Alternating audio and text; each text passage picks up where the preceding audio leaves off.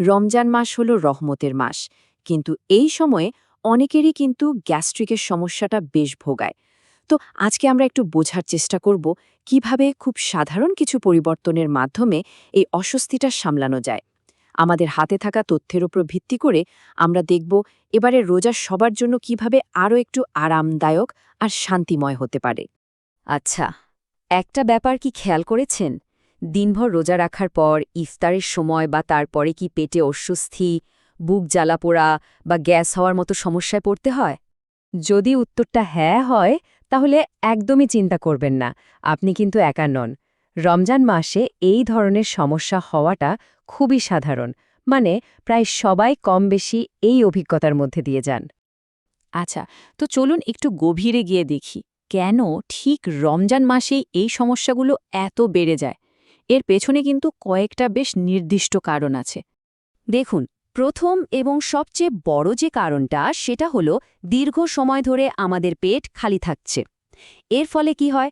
পাকস্থলিতে acid জমতে শুরু করে, আর এটাই পরে গিয়ে অস্বস্তির জন্ম দেয়।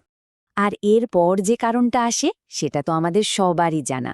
সারাদিন রোজা রাখার পর ইফতারের টেবিলে ভাজা পোড়া বা খুব মশলাদার খাবারের প্রতি একটা টান তো থাকেই, তাই না? কিন্তু সমস্যাটা হলো এই খাবারগুলোই কিন্তু পেটের অ্যাসিডকে আরও বাড়িয়ে দেয় আর বুক জ্বালা পোড়ার কারণ হয়ে দাঁড়ায়। আরেকটা খুব কমন ব্যাপার হলো সারাদিনের ক্ষুধার পর ইফতারে আমরা অনেকেই খুব দ্রুত আর অনেক বেশি পরিমাণে খেয়ে ফেলি। তখন কি হয়? আমাদের হজম প্রক্রিয়া মানে ডাইজেস্টিভ সিস্টেম হঠাৎ করে একটা বিশাল চাপের মুখে পড়ে, আর তা থেকে পেট ফাঁপা বা ব্যথার মতো অনুভূতি হতে পারে। সেহরি বা ইফতারের পর ঘন ঘন চা, কফি বা সোডা পান করার অভ্যাসটাও কিন্তু গ্যাস্ট্রিকের সমস্যাকে আমন্ত্রণ জানায়, কারণ এই পানীয়গুলো পাকস্থলীর অ্যাসিডের পরিমাণ বাড়িয়ে দিতে পারে। আর সবশেষে আমাদের লাইফস্টাইলের পরিবর্তন। রমজানে স্বাভাবিকভাবেই ঘুমের রুটিনটা একটু ওলটপালট হয়ে যায়। তার সাথে যদি যোগ হয় কাজের বা অন্য কোনো মানসিক চাপ, তাহলে এই দুটো মিলেই কিন্তু আমাদের হজম প্রক্রিয়ার উপর একটা খারাপ প্রভাব ফেলে, যা অ্যাসিডিটি বাড়াতে পারে।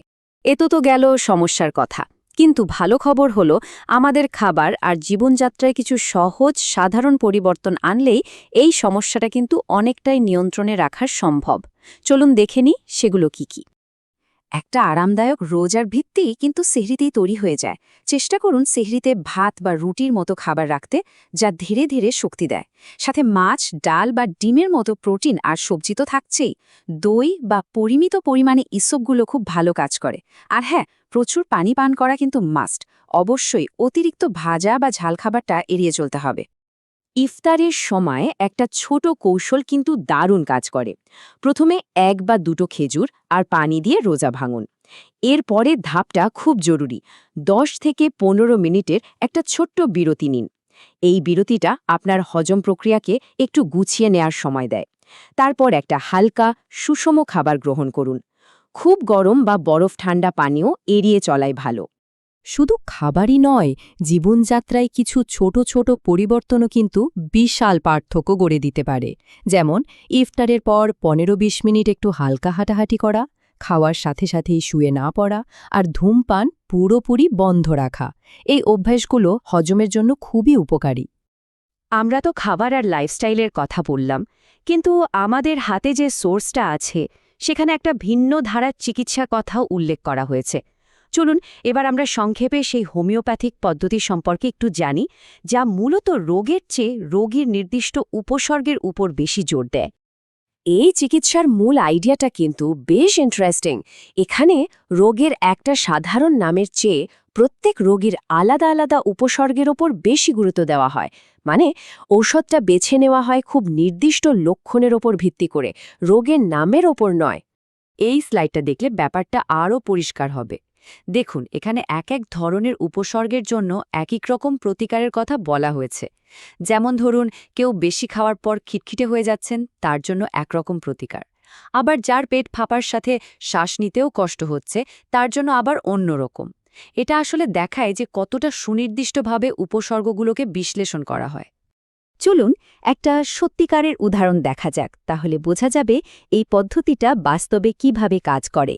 আমাদের সোর্সে একজন ৪০ বছর বয়সী পুরুষের কথা বলা হয়েছে, যিনি রমজানে কিছু নির্দিষ্ট সমস্যায় ভুগছিলেন। তার মূল সমস্যাটা ছিল ঠিক এরকম। ইফতারে বেশি খেয়ে ফেলি, যার ফলে বুক জ্বালাপোড়া করে, টক ঢেকর ওঠে আর কোষ্ঠকাঠিন্যও হয়। সোর্সটা বলছে যে তার অতিরিক্ত খাওয়ার প্রবণতা এবং এর সাথে সম্পর্কিত যে অস্বস্তিগুলো, এই নির্দিষ্ট লক্ষণগুলোর জন্য তাকে নাক্স ভূমিকা প্রতিকারটি দেওয়া হয়েছে। আর রিপোর্টে বলা হয়েছে যে এর ফলে ৩ দিনের মধ্যেই নাকি তার বুক জ্বালাপোড়া কমে গিয়েছিল। তবে একটা কথা মনে রাখতে হবে, যে কোনো চিকিৎসা কিন্তু একজন বিশেষজ্ঞের পরামর্শেই নেওয়া উচিত। আচ্ছা, এবার আরেকটা কেস দেখা যাক।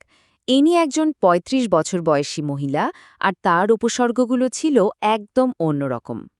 তার সমস্যাটা ছিল বেশ আলাদা। তিনি বলছিলেন, ইফতারের পর পেটটা এমনভাবে ফুলে যায় যে মনে হয় শ্বাস নিতে কষ্ট হচ্ছে, তবে ঢেকুর উঠলে একটু আরাম পাই।